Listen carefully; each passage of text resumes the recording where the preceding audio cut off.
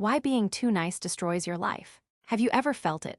That gnawing sensation in your stomach, that subtle ache behind your eyes, the one that whispers, you should have said no. It's the phantom pain of 1,000 unspoken truths, a lifetime of swallowed frustrations, all because you just wanted to be nice. You wanted to be liked. You wanted to avoid conflict. And in doing so, you slowly, meticulously chipped away at your own soul. You built a prison of politeness, brick by brick, until one day you woke up and realized you were trapped, not by external forces, but by your own relentless need for external validation. This isn't a story about being a bad person. This is a confession, a revelation, a desperate plea to those of you who, like me, once believed that kindness was always its own reward, only to discover that sometimes kindness can be the sharpest knife you turn on yourself. Think about it. We're taught from a young age that being nice is the ultimate virtue. Share your toys. Don't hurt anyone's feelings. Always offer a helping hand.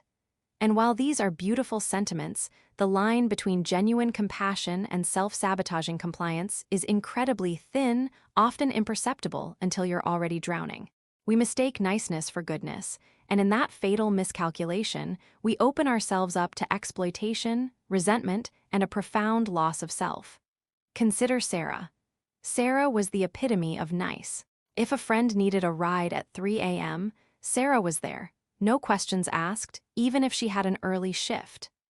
If a colleague dumped extra work on her, Sarah would sigh, maybe complain internally, but she'd stay late, fueled by caffeine and a desperate need to avoid being seen as difficult. Her apartment was a revolving door for friends who needed a place to crash, sometimes for weeks, leaving messes and empty fridges in their wake. Sarah would smile, offer them breakfast, and silently seethe. She believed that if she was indispensable, if she always said yes, if she smoothed over every ripple, she would be loved, truly loved. But what happened to Sarah? She became a doormat. Her friends saw her as reliable, yes, but not necessarily respected. Her colleagues saw her as easy to exploit. Her self-worth dwindled to nothing more than her usefulness to others. She was perpetually exhausted, financially strained, and emotionally drained. One day, she broke down. A friend, yet again, asked for a favor that would significantly inconvenience her, and Sarah, for the first time, heard herself say, no. The word felt alien, rough on her tongue, but also incredibly liberating.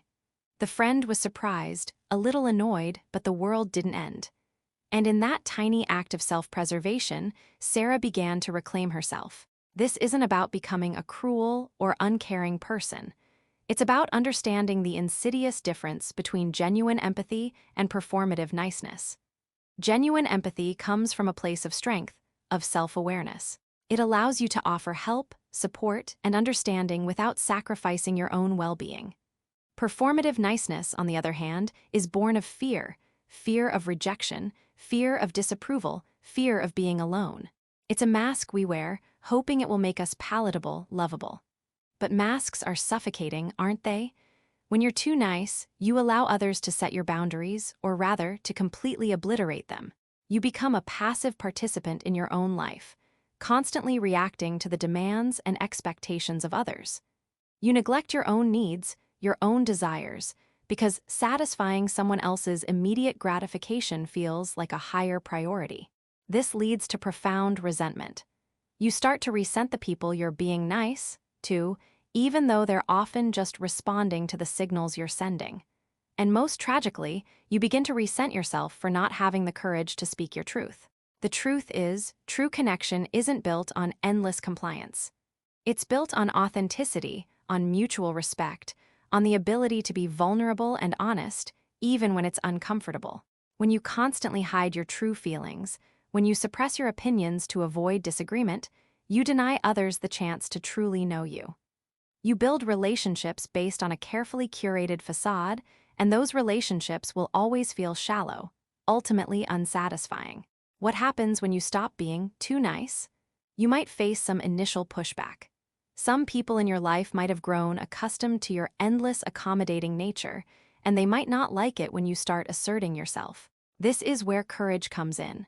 This is where you have to understand that the discomfort of setting a boundary is temporary, but the pain of a life lived in silent submission is eternal. You will discover who genuinely values you for who you are, and who only valued you for what you could do for them. And that, my friend, is a painful but necessary sifting process. You'll find that genuine friends, truly supportive colleagues, and loving partners will respect your boundaries. They will appreciate your honesty, even if it means hearing no sometimes. They will want you to be whole, not just compliant. Learning to say no, learning to prioritize your own needs, learning to express your authentic self, these are not acts of selfishness. They are acts of self-preservation. They are acts of self-love. They are the foundations upon which a truly fulfilling life is built. So I urge you, look inwards. Feel that ache, that whisper?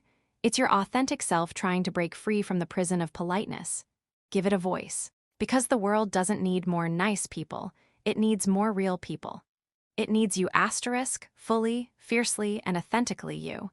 And in doing so, you won't destroy your life. You will finally begin to live it.